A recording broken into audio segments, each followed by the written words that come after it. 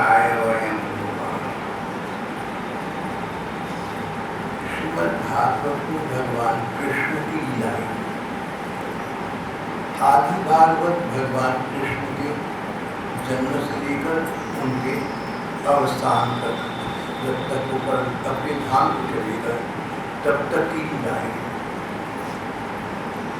दशम स्कंद में भगवान की सभी लीलाएं, अंतिम लीला को किसी एकादश स्कंद, दशम स्कंद श्रीमद् भागवत का श्री कृष्ण का मुख्य प्रसंग माना गया है।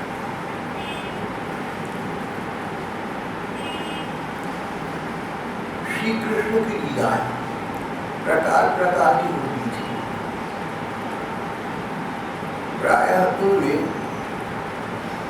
साधारण लोगों के लिए कोई शिक्षा देने की बात होती थी। किसी प्रेम लीला में, किसी अंतरंग लीला में भगवान अपने प्रेमी जनों के लिए कोई शिक्षा देते थे।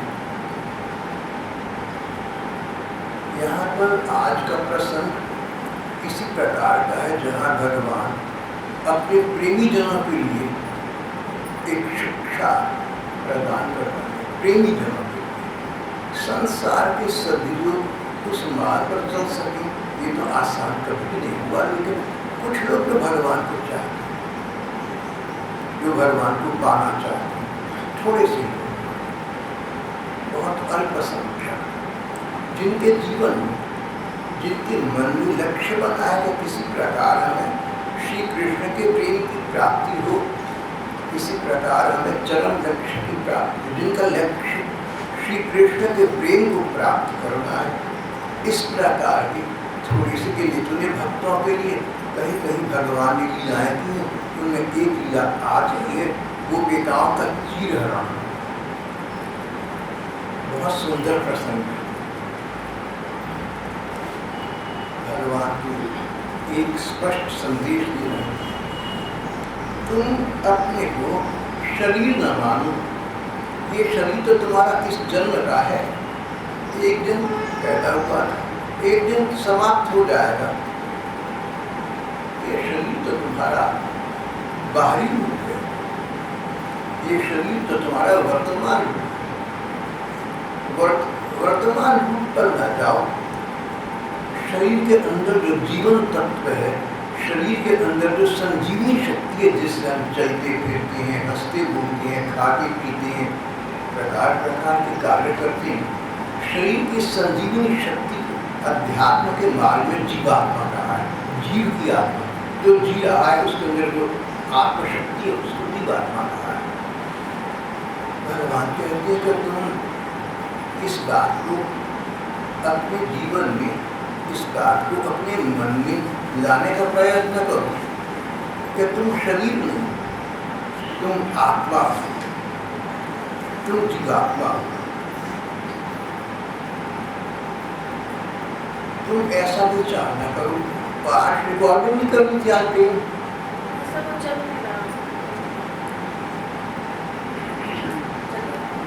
रिकॉर्डिंग तो ये करती है, चिंता में मेरे नहीं वो लाइक तो मैं चल नहीं जाता, तब मैंने ले टाटा आ गई।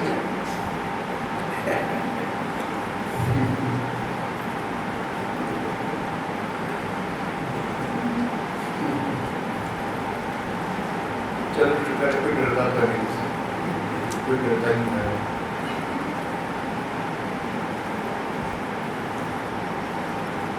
श्रीमद् भागवत में श्री कृष्ण की अनेक लीलाएं हैं। जो प्रेम लीलाएं हैं, उनका संबंध केवल प्रेमी भक्तों से है। उन भक्तों से है जो भगवान को पाना चाहते हैं, जो भगवान को जीवन का शाश्वत सिद्धांत समझते हैं, जिनकी मन की चाह, जिनकी साध ये कि जन्म जन्मांतरों तक हमें भगवान की सेवा का सुख प्राप्त होता है। जीवन का चरम लक्ष्य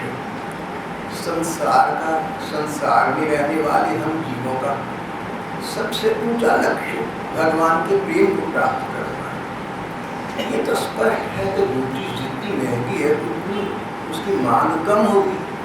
तो भगवत प्रेमियों की मांग तो इस संसार में, इस देश में बहुत कम है, लेकिन बिल्कुल ना हो ऐसा नहीं।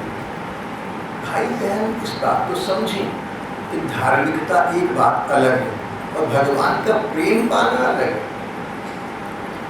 हम गंगा स्नान करें, हम कुंभ स्नान करें, हम सूर्य ग्रहण पर दान दक्षिणा दें, इस प्रकार के कर्म करें, धार्मिकता के अंतर्गत आते। इनका फल है पुण्य फल, इनका फल है आगे जाकर हमें सुख मिलना। इनका फल भगवान लेना नहीं। भगवत प्रेम तो मार्ग बिल्कुल अलग है। साधारण लोग गलत समझते हैं कि धर्म और भगवत प्रेम एक जैसी बात है।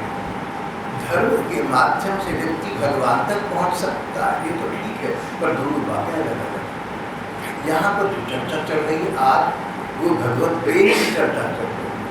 बहुत ऊंचे दिल की, बहुत बारीकी, बहुत सूक्ष्म तत्व की बात चल रही है। बड़े बड़े धार्मिक लोग, बड़े बड़े संत महात्मा लोग इस बारीकी को नहीं समझ पाते। हम लोग आप लोग भी कितना समझ पाते, किसी का क्या कहना।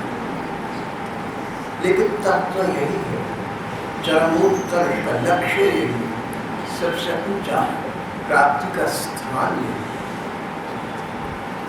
भगवान ने एक बड़ी महत्वपूर्ण शिक्षा अवतार लेकर अपने भक्तों को, भक्ति पथ के पथिकों को प्रदान की। शिक्षा ये है कि तुम्हारा शरीर है, ये तो केवल वर्तमान जन्म का है। वास्तव में शरीर में सन्निहित जीवात्मा तुम्हारा अपने सूक्ष्म रूप को पहचानो, सूक्ष्म रूप आत्मा को। इसका अर्थ ये हुआ कि शरीर से प्राप्त होने वाले सुख दुख महत्वपूर्ण नहीं है। आत्मा से जो आनंद प्राप्त होता, जो सुख प्राप्त होता, वो महत्वपूर्ण।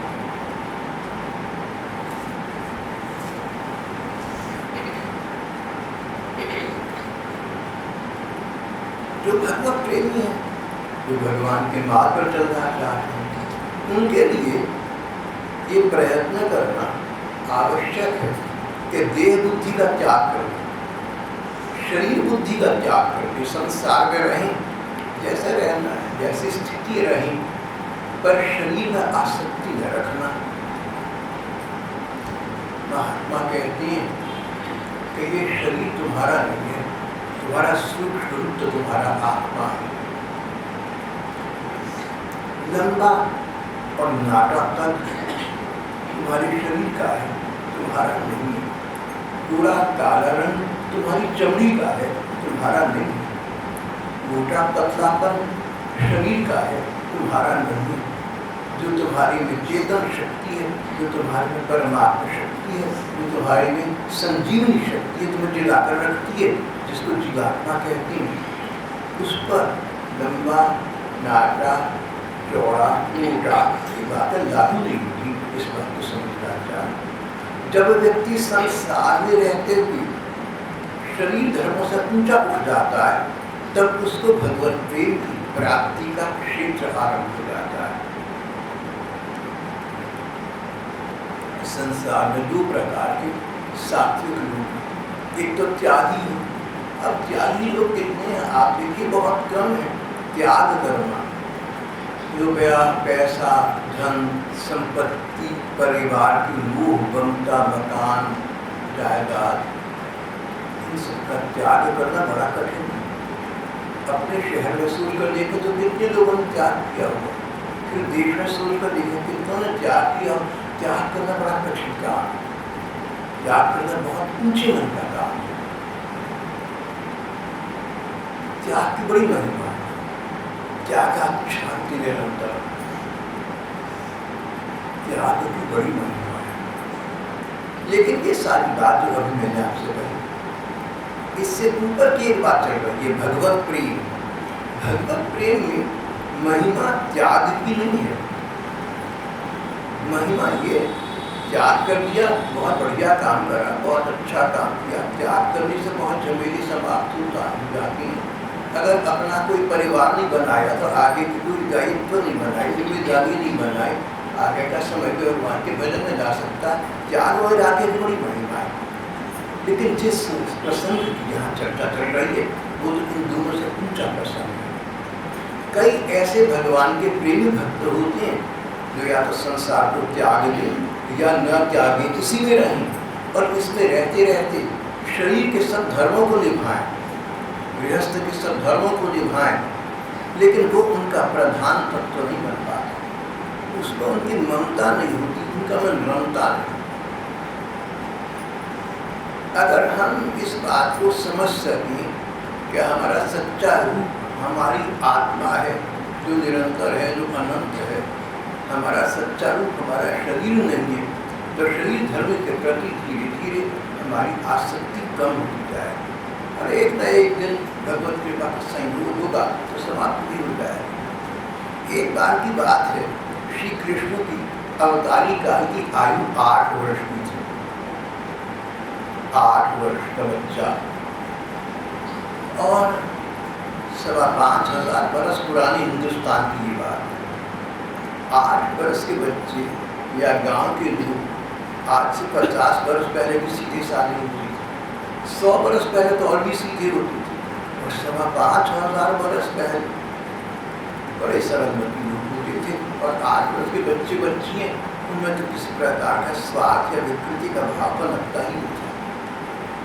तो 5,500 वर्ष पूर्व श्री कृष्ण 8 वर्ष के हुए, नटखट थे, चंचल थे, साधारण बालकों की भांति चंचलता के लिए करती लीलाएं करते, पर उनकी लीलाओं में कहीं ना कहीं कोई रहस्य छिपा रहता। प्रेमियों के लिए प्रेम की शिक्षा होती, साधारण लोगों के लिए जीवन के सफल सूत्रों की योजना होती, उनका कोई कार्य निरुद्देश्य नहीं होता था। हम भी जीवन में जो कुछ कर रहे हैं सोच समझ कर करें, निरुद्देश्य कुछ न करें। जो कुछ करो ना किसी उद्देश्य की, किसी सात्विक उद्देश्य की पूर्ति के लिए करो। अपना लक्ष्य देखो, अपना उद्देश्य देखो, सर्वोपरि लक्ष्य, सर्वोपरि उद्देश्य भगवान के प्रेम को प्राप्त करना है। और जो प्रेमी जन है उनमें तो शरीर बुद्धि होनी ही चाहिए, भले शरीर से संसार में रमण करे। इस बात को दर्शाने के लिए भगवान ने 8 वर्ष के श्री कृष्ण ने लीला दी। उनको पता था देखो 8 वर्ष के बालक के रूप में लीला कर रही है, लेकिन सचमुच तो भगवान है, परमात्मा है, तो अंतर्यामी है, सर्वज्ञ है। जैसा आप किसी व्यक्ति का अभिनय करें, आप राम बन जाए या राम बन जाए रामायण में, रामलीला में, तो आपको मन में तो पता है कि आप हैं, आप रावण या राम नहीं। इस प्रकार भगवान अवतार लेकर अनेक लीलाएं करते हैं, मन में जानते हैं कि मैं कौन कहाँ हूँ, बाहर से ऐसा दिखाते हैं कि मैं साधारण मनुष्य हूँ। 8 वर्ष के श्री कृष्ण ने मन में दिखा, मन में सोचा कि वृंदावन की मेरी उम्र की 8 वर्ष की बच्ची है, गोप बालिकाएं मेरे में बहुत प्रेम रखती हैं, इनका तन, इनका मन, इनका धन, इनका वचन सब कुछ मेरे लिए समर्पित है, ये तो जीती मेरे लिए। गोपिकाओं की तन्मयता की स्थिति आ चुकी थी। ये देखकर भगवान ने लीला रची। गोपियों ने 8-9 वर्ष की गोपियां थी, बालिकाएं थी। गोपिकाओं ने एक योजना बनाई श्री कृष्ण को पति रूप में प्राप्त करने की। अब जहाँ कृष्ण प्रेम है, जहाँ स्वार्थ नहीं है, वहाँ पर ईर्षा द्वेष तो होते नहीं। एक साधारण संसार में एक पुरुष को प्राप्त करने के लिए 2 सखियां इकट्ठा प्रयत्न करें, ऐसा तो नहीं हुआ करता। यहाँ पर तो अनेकानेक गोपिकाएं थी, बस सभी ने कहा कि श्री कृष्ण को पति रूप में प्राप्त करना चाहते हैं। मार्गशीर्ष मास आया, जैसे आज के दिसंबर जनवरी का महीना, और उन्होंने मार्गशीर्ष मास में कात्यायनी माता, जगन माता से प्रार्थना करने का व्रत ले लिया 1 मास का, हम माँ को प्रसन्न करें। माँ का काम है बच्ची को अच्छे से अच्छा वर देने वाला, सबसे अच्छे वर तो श्री कृष्ण है। हमारे में योग्यता नहीं है उनको पाने की, हमारी में पात्रता नहीं है, लेकिन माँ से कहेंगी माँ हम तो तेरी बच्ची है ना, तो श्री कृष्ण दिन वाली उन्होंने 30 दिन का व्रत कर दिया। सुबह सुबह ब्रह्म मुहूर्त अनुदय की वेदा में, ठंड का मौसम था, लेकिन उसका विचार न करके ये व्रत बालिकाएं यमुना जी के तट पर जाती, वहाँ माँ से प्रार्थना करती, कात्यायनी महामाई महायोगी नधीश्वरी नंद गोप सुतम देवी पतिम में कुरुते नमः। माँ, आप श्री कृष्ण को हमारा पति बना दीजिए, हम आपके चरणों में नमस्कार करते हैं। 29 दिन उनका व्रत सुचारू रूप से संपन्न होता रहा। 30वें दिन व्रत संपन्न होता था, परिपूर्ण होना था, तो उसका फल पाने का मानो समय आ गया। उस दिन जगन माता प्रकट तो न हुई, पर उन्होंने गोपिकाओं की प्रार्थना को स्वीकार करके उसे फलीभूत अवश्य कर दिया। और जो गोपिकाएं चाहती थी, माँ ने वही काम कर दिया।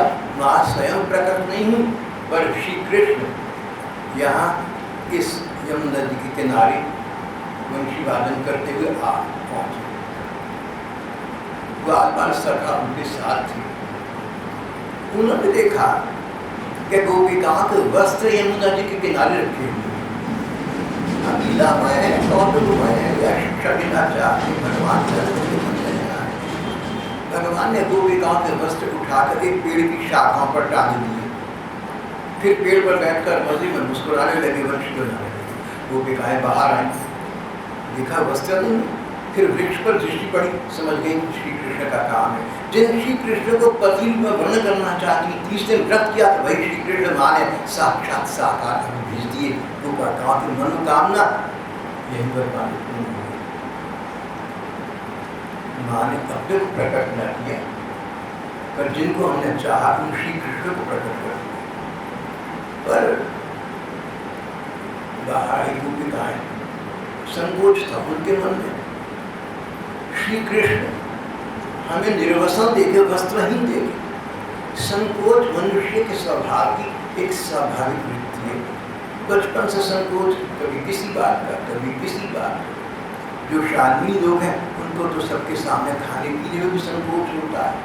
जो अच्छे लोग हैं उनको क्रोध करने में संकोच होता है। और शरीर वस्त्रहीन हो, ये संकोच तो प्रायः जब से संसार चला सभी लोगों को होता है। गोपिकाओं ने देखा है लक्ष्मण लक्ष्मण हमारे कृष्ण सुखपूर्वक वंशी चैन की वंशी बजा रहे हैं। उन्होंने कहा, कृष्ण हम ठंड से कांप रही हैं, हमारे वस्त्र तो कभी तो बाहर निकले। बोले ऐसा आ जाओ, कोई बात नहीं। ऐसे कैसे आ जाए? बोले देखो, तुमने वस्त्रहीन होकर स्नान किया, इससे जल देवता का अपमान हो गया। अच्छा चलो, ऐसी बात है कि अब तुम बाहर आओ और अपने वस्त्र दो। श्री कृष्ण ने पेड़ पर टंगे हुए उनके कपड़े अपने कंधे पर डाल लिए। क्यों डाल लिए? तो भगवान के मन की क्या बात है, इसको हम क्या जाने। पेड़ पर कपड़े लटक रहे थे, वहां से उतारे कंधे पर डाल दिए। या तो ये कारण कि कोई गोपी ऐसी तो हो सकती है साहसी, जो कूद कर बाहर आए, सारे कपड़े गोपिकाओं को दीजिए उतार दे।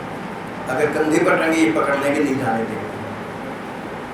दूसरी बात, श्री कृष्ण इन वस्त्रों को अपनाना चाहते थे। ये उनकी प्रियसी गोपिकाओं के वस्त्र थे।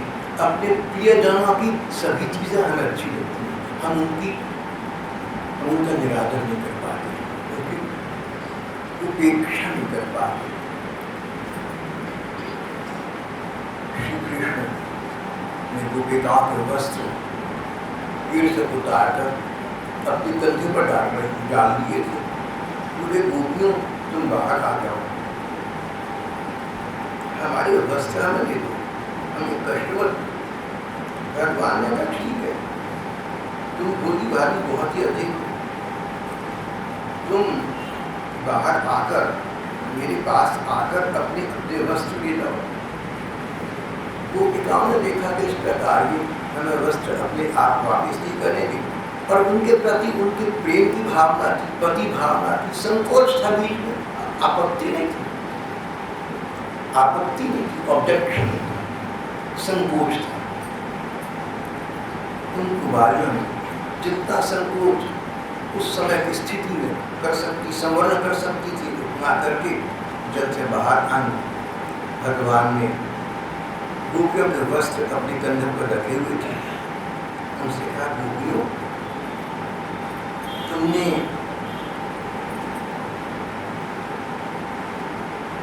एक काम करना है, तुम्हारा 30 दिन का व्रत बड़ी कठिन साधना के बाद आज समाप्त हो रहा है।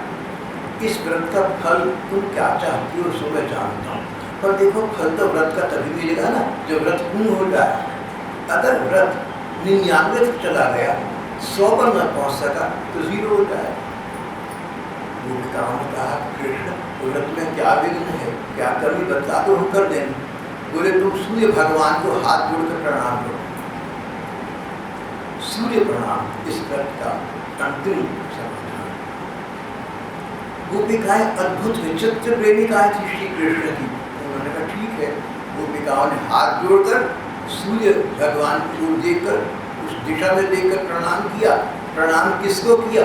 श्रीमद् भागवत में लिखा है, उन्होंने समस्त कर्मों की साक्षी श्री कृष्ण को नमस्कार किया। कृष्ण कहते हैं सूर्य को प्रणाम करो। और गोपिकाएं सूर्य क्या जाने, देवी देवताओं को क्या जाने। देवी देवताओं से गोपिकाओं का संबंध अधिक से अधिक उतना हो सकता है जितना श्री कृष्ण की प्राप्ति में सहायक हो, उसके अधिक नहीं। सूर्य को प्रणाम करके उन्होंने क्या लेना है? भगवान ने कहा आज्ञा पालन करने के लिए और व्रत की निर्विघ्न पूर्ति के लिए गोपिकाओं ने हाथ जोड़कर प्रणाम किया। लेकिन प्रणाम मनी मन किसको किया? सूर्य का मंडल देकर उसको उपस्थित भगवान को, भगवान सारी में उपस्थित। उन्होंने श्री कृष्ण को प्रणाम किया। बहुत बड़ी बात है।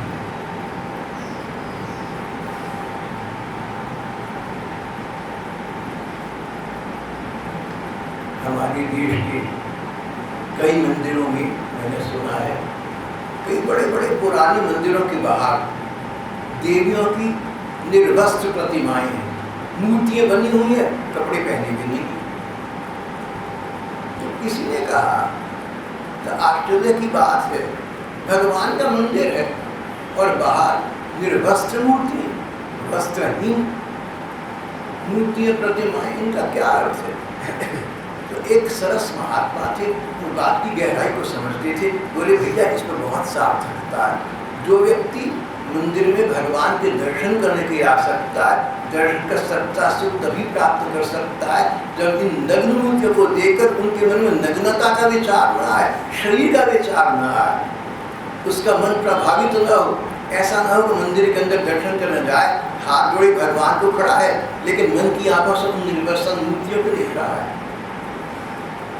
जो व्यक्ति शरीर धर्म से ऊंचा उठ गया, उसी को भगवान के दर्शन हो सकते हैं। मंदिरों के बाहर ये निर्वस्त्र मूर्तियां एक प्रकार की हमारी आपकी परीक्षा है, ये प्रयोग है, क्या हम पात्र हैं भगवान के दर्शन करने के? अगर हम वस्त्रहीन मूर्तियों को देखकर उनमें लग गए, मन से उनका चिंतन करने लगे, तो भगवान की योग्यता नहीं। मन में चिंतन या तो उन मूर्तियों का होगा या भगवान का होगा। इसलिए मंदिर के बाहर इन मूर्तियों को खड़ा करना, महात्मा बोले बिल्कुल ठीक बात है। अपनी परीक्षा स्वयं करो, अपने मन को खोलकर स्वयं देखो तुम्हारा स्तर कितना है। जब वस्त्रहीन मूर्तियों को देखकर या व्यक्तियों को देखकर, पुरुषों को देखकर या महिलाओं को देखकर मन में शरीर का त्याग का, शरीर का विचार न आए, शरीर के सुख भोग का विचार न आए, कोई स्वार्थ की कामना न जागे, किसी प्रकार की वासना उद्दीप्त न हो, तब हम भगवत प्रेम पद के सुयोग्य हो गए। ये शिक्षा हमारी प्रणय साहित्य की धर्म ग्रंथ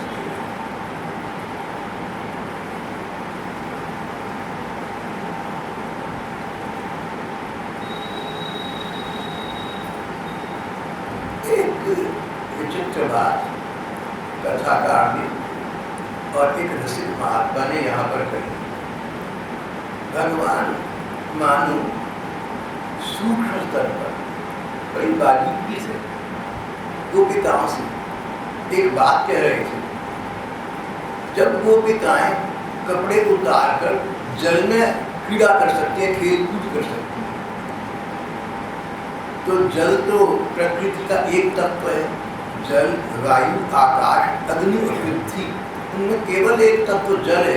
अगर जल में गोपिकाएं निर्वसन जा सकती हैं, तो जिन जल में जो सब जगह भगवान मौजूद है उनमें क्यों श्री कृष्ण सर्वत्र उपस्थित है। सर्वम यत्किंच जगत्याम भगवान तो सारी में, क्या जल में भगवान नहीं है? अगर गोपिकाएं अपनी इच्छा से बिना संकोच की जल में प्रवेश कर गई तो जल में भी तो भगवान है। जल तो भगवान का बनाया हुआ है, सारी तत्व भगवान की बनाई गई। अरे जल में प्रवेश कर लिया, जल में भी तो भगवान है। अगर तुम्हें संकोच है शरीर का, तो भगवान तो जल में भी देख रहे थे सब कुछ, वही सब कुछ बाहर है। संकोच इस बात का भौतिकता को लेकर है, नासमझी को लेकर है, आत्म तत्व के विचार को लेकर है। जल से संकोच नहीं, यमुना जी से संकोच नहीं, तो भगवान से संकोच करना, श्री कृष्ण से संकोच करना, ये तो नासमझी हो गई, ये तो विवेकहीनता हो गई। बोली भारी अल्पवयस्का गोपिकाओं को भगवान ने ये बारीकी की बात बताई। भगवान ने देखा कि व्रजकुमारिणी मेरी आज्ञा के अनुसार प्रणाम कर रही है, बड़े प्रसन्न हुए। उन्होंने उनके वस्त्र उन्हें दे दिए। भगवान ने गोपिकाओं से हास परिहास किया, उनका लज्जा संकोच छुड़ाया, उनके वस्त्र तक खरीद लिए थे, पर गोपिकाएं उनसे नाराज नहीं, उनसे रुष्ट नहीं, उनकी चेष्टाओं को दोष नहीं माना, बल्कि भगवान के प्रियतम के संग से और भी प्रसन्न। गोपिकाओं के और भगवान के बीच में बाधा क्या थी? संकोच की बाधा। स्वयं गोपिकाएं अपने स्वभाव से संकोच से मुक्त अपने को कर नहीं सकती थी, तो और कौन मुक्त करेगा? अगर गोपिकाएं अपने आप को श्री कृष्ण के संकोच से मुक्त नहीं कर सकते, कौन करेगा? तो तीसरा पुरुष तो कर नहीं सकता, श्री कृष्ण ही कर सकते हैं। श्री कृष्ण ने गोपिकाओं के मन की इस बात को समझा और उसको मूर्त रूप प्रदान किया। गोपिकाओं ने देखा कि श्री कृष्ण हमारी मन की एक एक बात को जानते हैं, और इन्होंने ये पता था कि हमें व्रत इन्हें पति रूप पर प्राप्त करने के लिए किया है, इसलिए आज आकर हम पर अपना ये अनुग्रह, अपना ये अनुराग प्रदान किया है। बड़ी प्रसन्न हुई। भगवान ने कहा, गोपियों,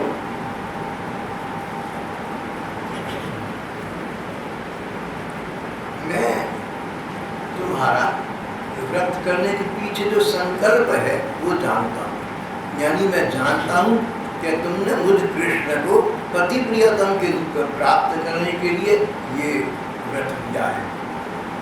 मैं तुम्हारी इस अभिलाषा का अनुमोदन करता हूँ। तो ये तो अंग्रेजी में जो आजकल चर्चा चलती है, आई लव यू टू। आज के रिवाज है ना, फैशन है, इसमें सच्चाई कितनी है गहराई मुझे नहीं पता, पर फैशन तो है। आई लव यू टू भूल गए, उसके बाद को काबू मिल गया, चॉकलेट मिल गई, किसका लव और किसका, ऐसा मेरा विचार है। तो यहाँ पर ये बात सचमुच साकार हो गई कि गोपिकाओं ने कहा, Krishna we love you. Shri Krishna ने कहा, I love you too and much more. गोपिकाओं, जितना तुम मुझे चाहती हो, प्राणपण से चाहती हो मुझे, जितना तुम्हारे मन में मेरे लिए अनुराग है, लगता है कि गोपिकाओं की धमनियों में रक्त प्रवाह में श्री कृष्ण का प्रवाह, अणु अणु में श्री कृष्ण बसे, रग रग में श्री कृष्ण बसे। गोपिकाएं अपने को देखती, लगता हम श्री कृष्ण को देख रही है, ऐसी स्थिति आ गई थी गोपिकाओं ने। गोपिकाओं का ये प्रेम का आवेग देखकर भगवान ने कहा, मैं जानता हूँ कि तुम मेरी पूजा करना चाहती हो, ये बात बड़ी महत्वपूर्ण है। अगर एक प्रेमी प्रेमिका संसार में एक दूसरे से मिले, तो कोई प्रेमी अपनी प्रेमिका के कान में ये नहीं कहेगा, मुझे पता तू ना मेरी पूजा करना चाहती है, पूजा पूजा पाता तू भगवान। आप इस बात को सोच कर लीजिए, एक प्रेमी प्रेमिका है, एक दूसरे के पीछा पागल है, अचानक एक एकांत स्थल में मिले, क्या प्रेमी प्रेमिका से पहली बात ये कहेगा कि देख, क्या प्रेमिका प्रेमी से पहली बात ये कहेगी मैं तेरी पूजा करना चाहती हूँ, या क्या प्रेमी प्रेमिका से कहेगा मुझे पता है तू मेरी पूजा करना चाहती है? भाई, पूजा तो भगवान की होती है, पूजा तो महापुरुषों के, संत पुरुषों की होती है, पूजा तो अपने से बहुत ऊंचे लोगों की होती है।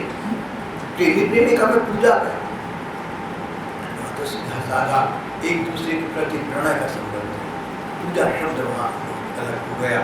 लेकिन भगवान ने कहा गोपिकाओं, मैं जानता हूँ कि तुम मेरी पूजा करना चाहती हो, मैं तुम्हारी इस अभिलाषा का अनुमोदन करना चाहती हूँ। तुम मेरा सेवा सुख चाहती हो, मेरा संग सुख चाहती हो, मुझे पति या प्रियतम के रूप में चाहती हो, तुम जन्म जन्मांतरों में तुम्हारा बना रहूं ऐसा चाहती हो, तुम मेरी नित्य प्राप्ति चाहती हो। मैं तुम्हारी इस बात को जानता हूँ और सच कहूँ मैं भी यही चाहता हूँ। तुम्हारी जैसे भक्त मुझे प्रिय हैं, तुम्हारी जैसे भक्तों का संग मुझे प्रिय है। मैं तो स्वयं चाहता हूँ कि तुम गोपिकाएं सदा सदा के मेरी बनकर रहो।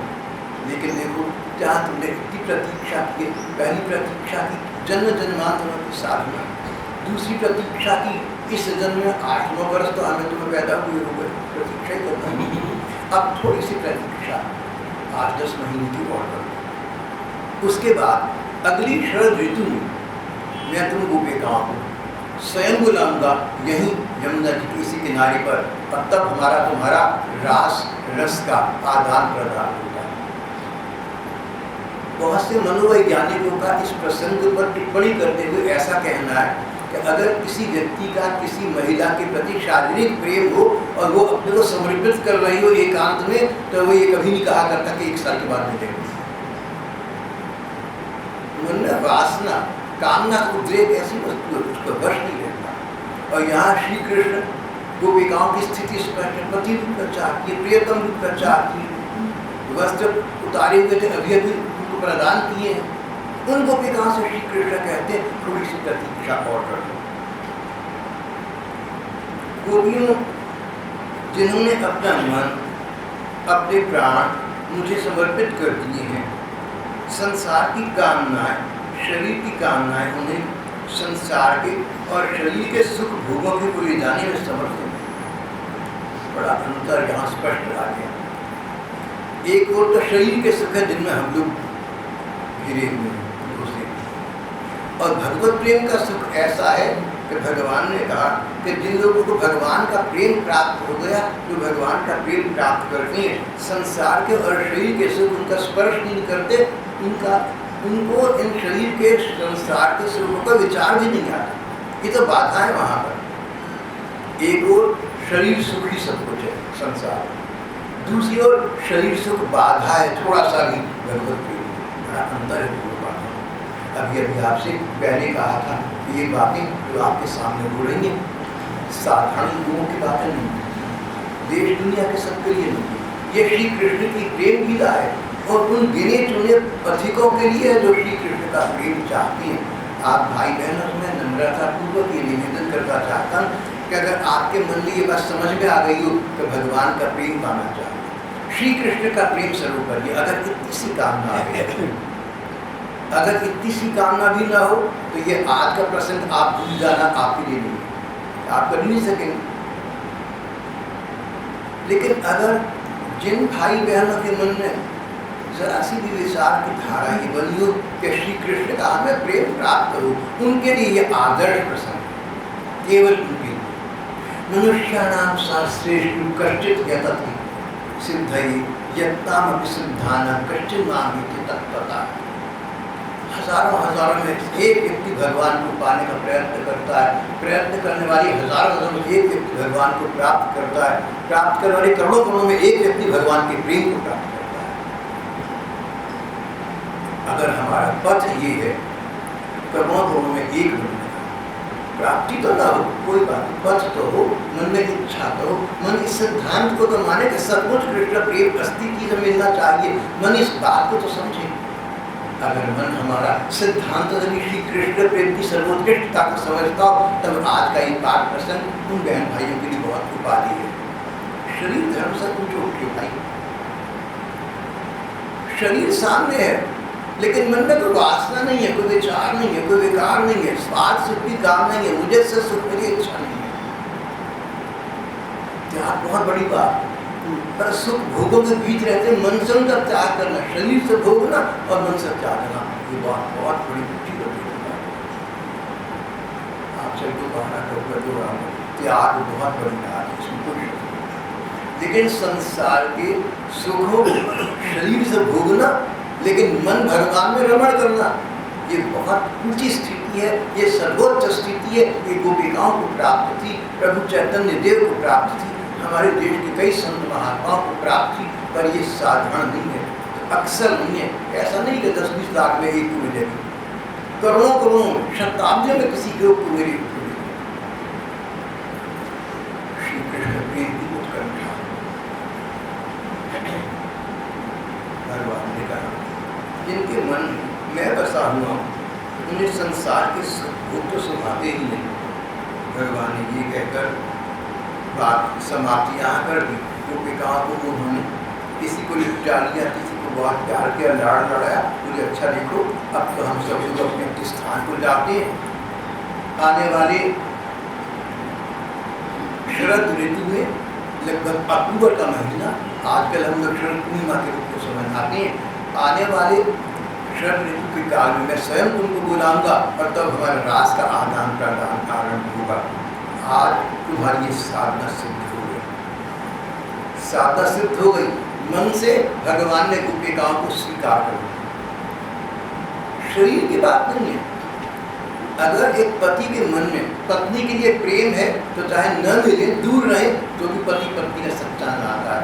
और अगर पति पत्नी के मन में एक दूसरे प्रेम नहीं है, लेकिन हाथ जोड़े हाथ पकड़े खड़े रहते हैं, दिल से दिल मिलाते हैं, तो कुछ मिला मन की बात है। भगवान ने कहा गोपिकाओं तुम्हारी साधना ने, तुम्हारी सच्चाई ने, तुम्हारे शरीर की बुद्धि ने समाप्त होकर मेरे मन ने तुम्हारे लिए मिलन की इच्छा स्वयं बंद कर दी है। भले ही लोगों की राय में मैं परमात्मा हूँ, निर्गुण निराकार हूँ, लेकिन आज मैं सच कहता हूँ तुम्हारे लिए हूँ। और तुम्हारी इस इच्छा को तब तो इच्छा में मिलाकर मैं इससे कुछ महीनों के बाद परिपूर्ण करूँगा। भगवान की बात सुनकर वे ब्रज बालिकाएं भगवान के चरणों का ध्यान करती हूँ, उन्हीं का चिंतन करती हूँ, अपने अपने घरों को वापस चली हूँ। इस लीला का अंतिम वाक्य बड़ा अच्छा लगा मुझे। अब लब्ध कामा कुमारिका, लब्ध कामा, अब जो उनकी कामना थी उन्हें उपलब्ध हो गई। लब्ध कामा, कामा कामना, लब्ध उपलब्ध करके, प्राप्त करके गोपिकाएं का व्रत सार्थक हो गया। श्री कृष्ण के मन में उनकी जगह बन चुकी थी, स्थायी निवास हो गया था उनका। गोपिकाओं की सारी कामनाएं आज पूर्ण हो गई। कामना ये कि श्री कृष्ण में अपना लें, और वो कामना भगवान ने कहा मैं तुम्हारा इसका अनुमोदन करूँगा। गोपिकाओं को व्रत की सिद्धि मिल गई, जीवन की सफलता प्राप्त हो गई। एक महात्मा इस प्रसंग पर समीक्षा करते हुए एक बहुत अच्छी बात बताते हैं। कहते हो देखो भगवान के और तुम्हारे बीच में विक्षेप, ये संसार तभी तक है जब तक संसार को तुमने भगवान के प्रसाद ही समझा। अगर तुम गृहस्थ में हो, मान लो, तो अपने परिवार का पोषण करो प्यार से, ये सोचकर कि भगवान ने इन्हें हमारी पर भार दिया हुआ है, हम इनके इंचार्ज हैं। जैसे आपको पहले भी उदाहरण दिया था, भारत में राष्ट्रपति किसी व्यक्ति को राजपाल किसी राज्य का नियुक्त कर देते हैं, तो उसकी राज्य की सेवा में लग जाता है, उसको गुणगान करता है। दूसरे राज्य में स्थानांतरित करने पिछले को भूल कर नए वाले में लग जाता है।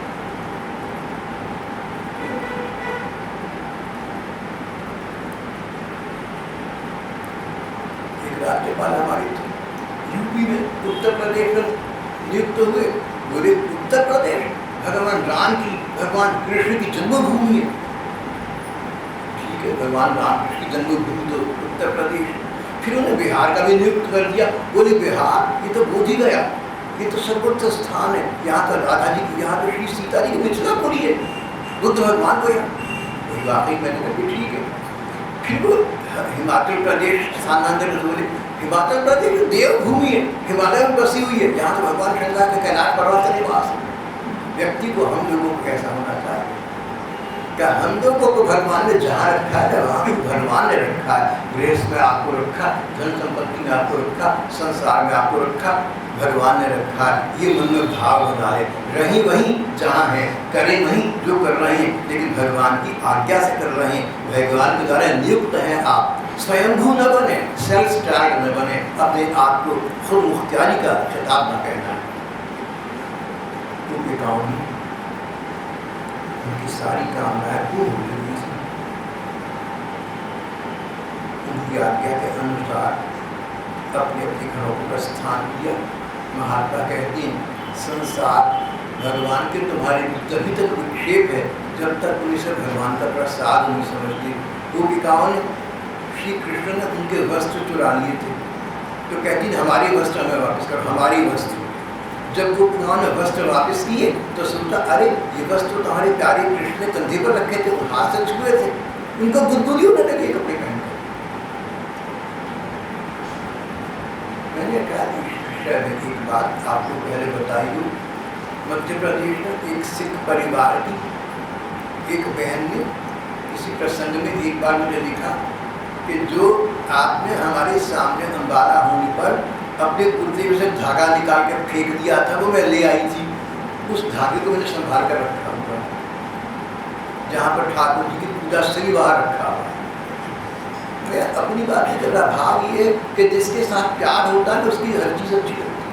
वो कहती है आपके कुर्ते का जो धागा इसको फेंक कैसे सकते हैं, तो क्या करें, मंदिर में रखता है। देख देख कर गदगद होती है कि साक्षात परमात्मा भगवान कृष्ण और गोपिकाएं जैसी शरीर नीति से ऊँची उठी गोपिकाएं उनका तो कहने क्या है। पहले कपड़े हमारे थे, तब भगवान ने कंधे पर रख लिए, वापस कर दिए, अब प्रसादी वस्त्र हो गए। गोपिकाएं कपड़े पहने घरों को जा रही थी, कपड़े उनको छू रहे थे, लग रहा था श्री कृष्ण का संस्पर्श में प्राप्त होता है। कपड़ों के संस्पर्श में अब एक सुकोमलता आ गई, एक कोमलता आ गई, एक गदगद विचार की धारा आ गई। मन रोमांचित हो रहा था, अच्छे ये कपड़े वही है तो श्री कृष्ण स्पर्श किए थे, ये कपड़े उनके प्रसादी वस्त्र बन गए।